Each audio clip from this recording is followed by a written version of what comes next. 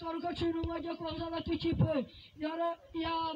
Manchester City, ikipe ya Manchester United, izamu rya Manchester United amwita David Okitana akunze kwita Dageya, kuri kabiri amwita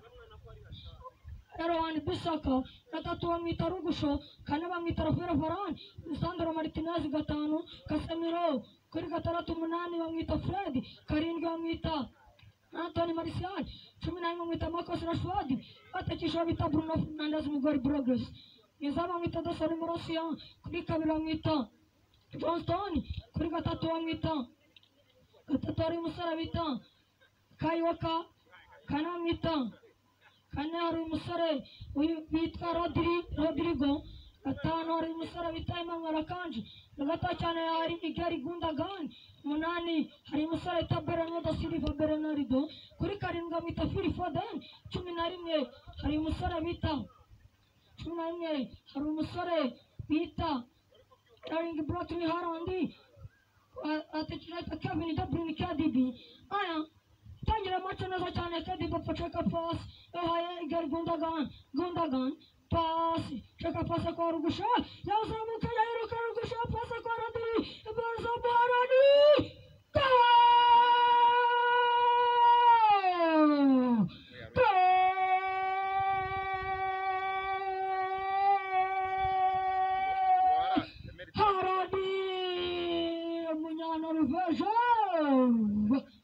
zamuka n'umari abaza Rugusho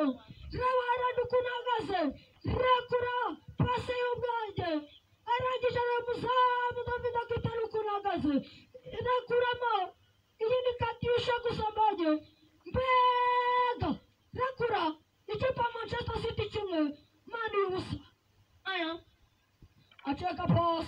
yazamuka John azamuka pira Anthony Martial aragusiga yahaya hejuru gatoya cyane hejuru. Aya tapra muremure ashakisha Bernardo Silva, Berano cenga umuntu andagaza sebye imbaraga penalty ikipe Manchester City arazamuka pira wita Bruno Fernandes Miguel Progress arangije pasa kwa Haaland wabita Bruno mutagera muri surface kipe Manchester City wana penalty. Aya ibya guterwa n'umusore bita Erling Braut kuguruka kw'Imana mwihereye Oroza ndani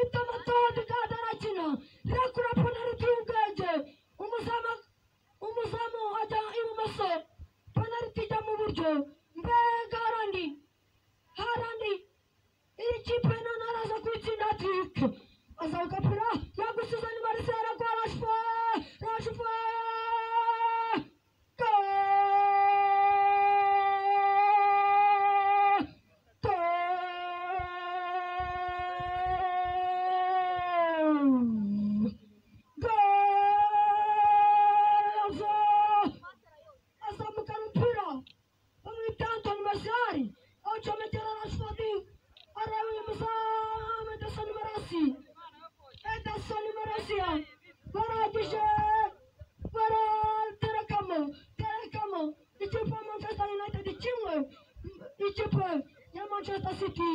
ubusa.